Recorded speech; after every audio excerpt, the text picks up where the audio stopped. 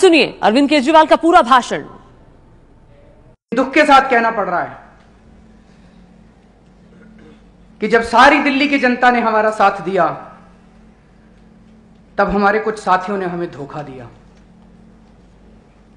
दुख के साथ कहना पड़ रहा है कि जब सारी जनता ने हमारा साथ दिया, तब हमारे कुछ साथियों ने हमारी पीठ में छुरा घोंपा।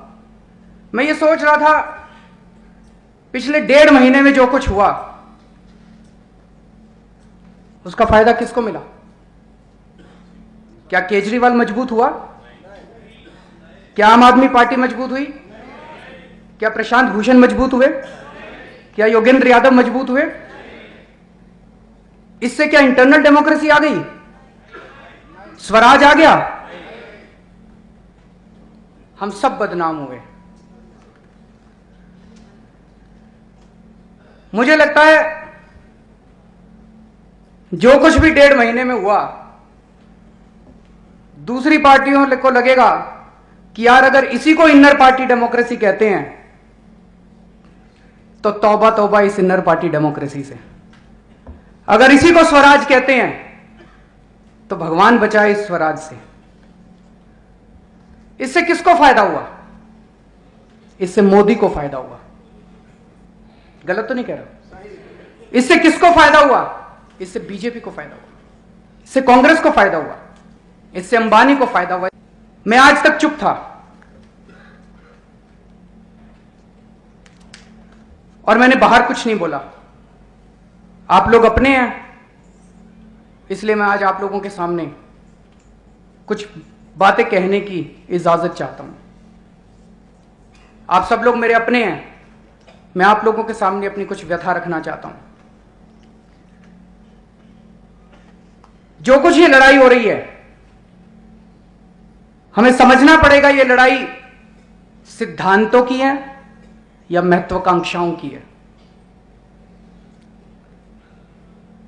और ये पिछले 1.5 महीने से नहीं हो रहा, पिछले 1 साल से षड्यंत्र रचे जा रहे हैं।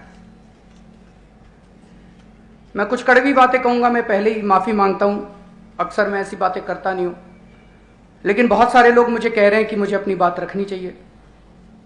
पिछले 1 साल से यह सब हो रहा है।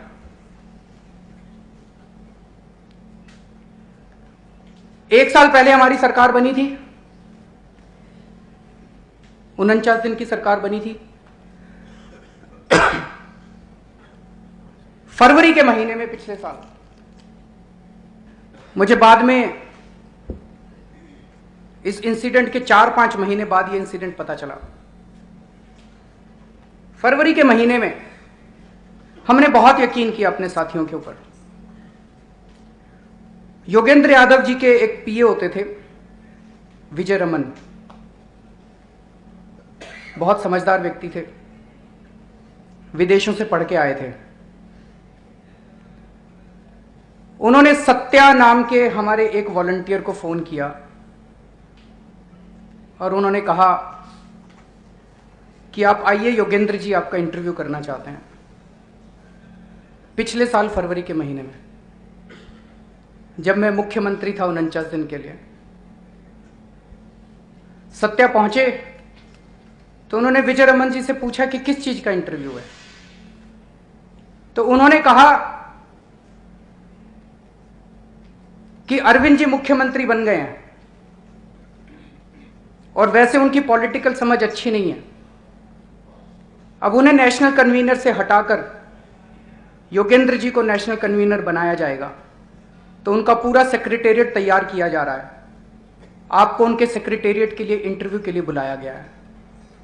क्योंकि सत्या यहां पे नेशनल काउंसिल के मेंबर नहीं है, वो यहां मौजूद नहीं है, लेकिन आप उनसे पूछ सकते हैं। लोकसभा के चुनाव खत्म हुए और मुझ पर खूब हमले किए गए, अपनों ने हमले किए। मुझे ईमेल लिखते थे और ईमेल लीक कर देते थे। मेरी पर्सनालिटी पे हमले किए गए, मेरे व्यक्तित्व पे हमले किए गए, मेरे नेतृत्व पे हमले किए गए, मेरी कार्यशैली पे हमले किए गए। जून के पहले हफ्ते में शायद हमारी राष्ट्रीय कार्यकारिणी की जंगपुरा में मीटिंग हुई। ये कई अखबारों में छपा, बात उठी कि मैं वहां पे टूट गया था, मैं वहां पे बहुत रोया। ये बात सच है। बहुत सारी चीजें मैं बर्दाश्त नहीं कर पाया और मैं वहां टूट गया। मैंने वहां एक ही बात कही, मेरे में मोदी से लड़ने की क्षमता है, मैं मोदी से लड़ सकता हूं, मैं नितिन गडकरी से लड़ सकता हूं, मैं सलमान खुर्शीद से लड़ सकता हूं, मैं रॉबर्ट वाड्रा से लड़ सकता हूं, मैं मुकेश अंबानी से भी लड़ सकता हूं, पर मैं यहां प्रशांत भूषण और योगेंद्र यादव से लड़ने नहीं आया था। यह लड़ाई मैं नहीं करना चाहता। और यह कह के मैं वहां से बाहर निकल गया। मैं घर आया और घर में मैंने अपने परिवार वालों से उस रात को बात की और मैंने तय किया कि अब मैं राजनीति नहीं करूंगा, मैं राजनीति छोड़ दूंगा, मैं पार्टी भी छोड़ दूंगा। मेरे परिवार वाले भी तय हो गए, हम लोगों ने तय कर लिया था। लेकिन अगले दिन सुबह सुबह प्रशांत भूषण जी और योगेंद्र यादव 6 बजे मेरे घर पे आए और उन्होंने कहा कि आप पार्टी मत छोड़िए। काफी देर उनके कन्विंस करने के बाद मैं माना। उन्होंने कहा कि आपको क्या चाहिए? मैंने कहा अगर हमें दिल्ली के चुनाव लड़ने हैं तो दिल्ली के चुनावों के बारे में निर्णय लेने का अधिकार तो मुझे होना चाहिए, नहीं तो मैं चुनाव नहीं लड़ सकता। आप लोग चुनाव लड़ लीजिए। उन्होंने कहा ठीक है। 2 दिन की राष्ट्रीय कार्यकारिणी की बैठक थी। दूसरा दिन था। पहले तो मैंने सोचा था कि अगले दिन 10 मिनट के लिए जाऊंगा और अपना इस्तीफा अनाउंस करके आ जाऊंगा, लेकिन इन दोनों के बहुत मनाने के बाद मैं अगले दिन गया और पूरी राष्ट्रीय कार्यकारिणी ने प्रस्ताव पारित किया कि दिल्ली चुनाव से संबंधित सभी निर्णय लेने का अधिकार अरविंद केजरीवाल एक कमेटी बनाएंगे, उस कमेटी को होगा। यह प्रस्ताव हमारी राष्ट्रीय कार्यकारिणी की बैठक की मीटिंग में।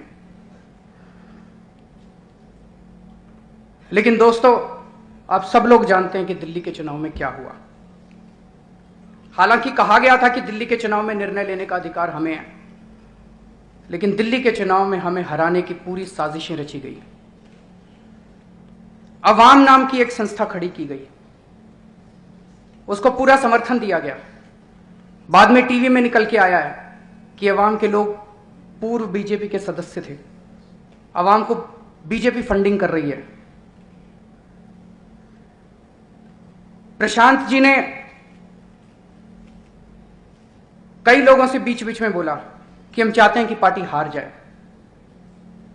तभी पार्टी के अंदर मंथन होगा, तभी पार्टी को सबक मिलेगा, तभी केजरीवाल को सबक मिलेगा।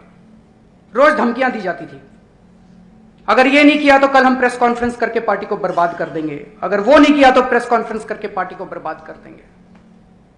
ये तो जनतंत्र नहीं है, ये तो स्वराज नहीं है। हमारे 15 सीनियर लीडर पूरे देश भर से दिल्ली आए और 2 दिन या 3 दिन तक पूरा दिन प्रशांत जी को, शांति जी को मनाते रहे कि पार्टी को बर्बाद मत कीजिए, इतिहास रचा जा रहा है। ऐसे समय में जब हमारे नेताओं को पार्टी के लिए प्रचार करना चाहिए था, वो उनको मनाने में लगे हुए थे। हमारे 12 कैंडिडेट्स के ऊपर प्रश्न खड़े किए गए। मैं यहां पे सत्ता लेने के लिए नहीं आया। मैंने पहले इनकम टैक्स कमिश्नर की नौकरी छोड़ी थी, मैंने मुख्यमंत्री पद से इस्तीफा दिया था। अगर सत्ता का लालच होता तो कोई जरूरत नहीं थी मुख्यमंत्री पद से इस्तीफा देने की मुझे। हम कॉम्प्रोमाइज क्यों करेंगे?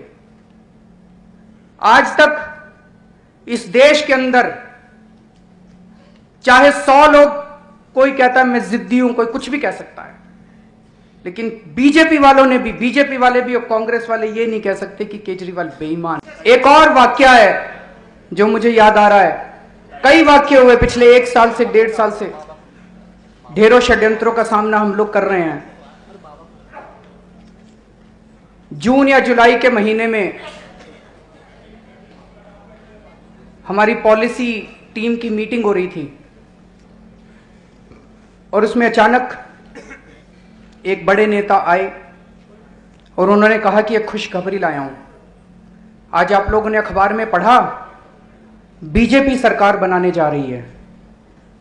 उन दिनों में आपको याद होगा बीजेपी कवायद कर रही थी जोड़ तोड़ करके सर कि आज की खबरों के मुताबिक बीजेपी सरकार बनाने जा रही है और अगर बीजेपी सरकार बना लेगी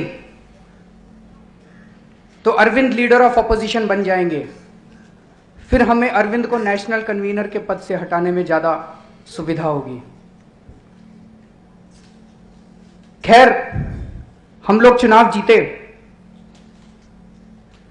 चुनाव जीतने के बाद जो पहली राष्ट्रीय कार्यकारिणी की मीटिंग हुई, मैं नहीं गया था लेकिन मुझे बताया गया कि उस राष्ट्रीय कार्यकारिणी की मीटिंग में भी मैं ही टारगेट था कि यह सारा चुनाव केजरीवाल के नाम पे क्यों लड़ा गया, होर्डिंग्स पे केजरीवाल के फोटो क्यों लगाए गए, 5 साल केजरीवाल के नारे के ऊपर 10 करोड़ रुपए क्यों फूंक दिए गए। तो जैसे मैंने कहा कि हमें आज सोचना पड़ेगा कि ये जो सब कुछ चल रहा है, ये लड़ाई सिद्धांतों की है या महत्वाकांक्षाओं की है। कहीं सिद्धांतों के नाम पे अपनी महत्वाकांक्षाएं तो पूरी नहीं की जा रही हैं।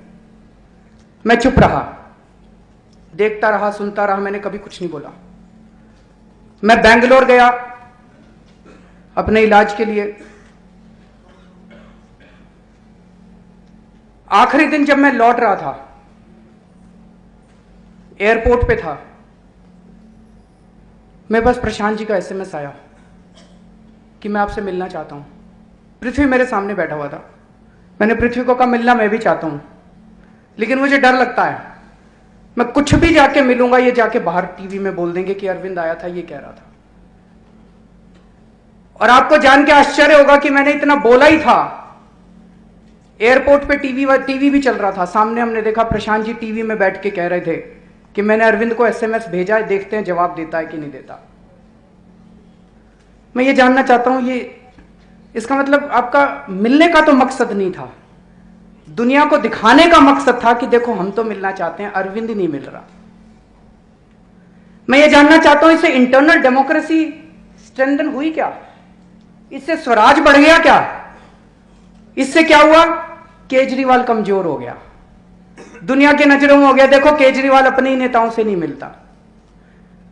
फिर लौटने के बाद अगले दिन सुबह सुबह मैंने प्रशांत जी को एसएमएस किया। मैंने कहा मैं अभी लौटा हूं, हमारा बजट प्रेजेंट करना है, 3-4 दिन में बजट हो जाएगा, मैं बजट के बाद आपसे मिलता हूं। और 5 मिनट के अंदर वो टीवी पे बैठे हुए देखो केजरीवाल मेरे से मिलना नहीं चाहता, ये केजरीवाल का जवाब आया।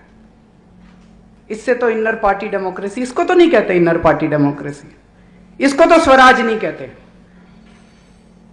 ये तो मुझे कमजोर करने की कोशिश की जा रही है, ये तो पार्टी को कमजोर करने की कोशिश की जा रही है। मैं आपको पशुपेश में भी नहीं डालना चाहता। मैं बस आज आपको, आपके सामने बहुत अहम दिन है। आप या तो इनको चुन लीजिए या मुझे चुन लीजिए। अगर आप इनको चुनते हैं तो मैं आपको पशुपेश में नहीं डालना चाहता। मैं नेशनल कन्वीनर, पीएसी, एनई और नेशनल काउंसिल, इन चारों से मैं इस्तीफा पंकज के पास छोड़ के जा रहा हूं। आप लोगों को तय करना, मैं आपके ऊपर छोड़ के जा रहा हूं। लेकिन एक चीज मैं आपको,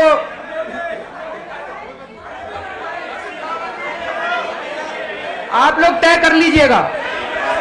अंत में मैं केवल ये कहना चाहता हूं, जैसा मैंने कहा मेरी लड़ाई बाहर वालों से है, अपनों से नहीं है। अगर आप लोगों का निर्णय होगा तो मैं एक सामान्य कार्यकर्ता के रूप में, पार्टी के कार्यकर्ता के रूप में अपनी बाहर वालों से इस देश की भ्रष्टाचारी सांप्रदायिक ताकतों के खिलाफ एक आम कार्यकर्ता के रूप में अपनी लड़ाई जारी रखूंगा। मुझे अभी किसी अर्जेंट मीटिंग में जाना है, मैं यहाँ से निकलूँगा, बीच में समय मिला तो मैं दोबारा आ जाऊँगा।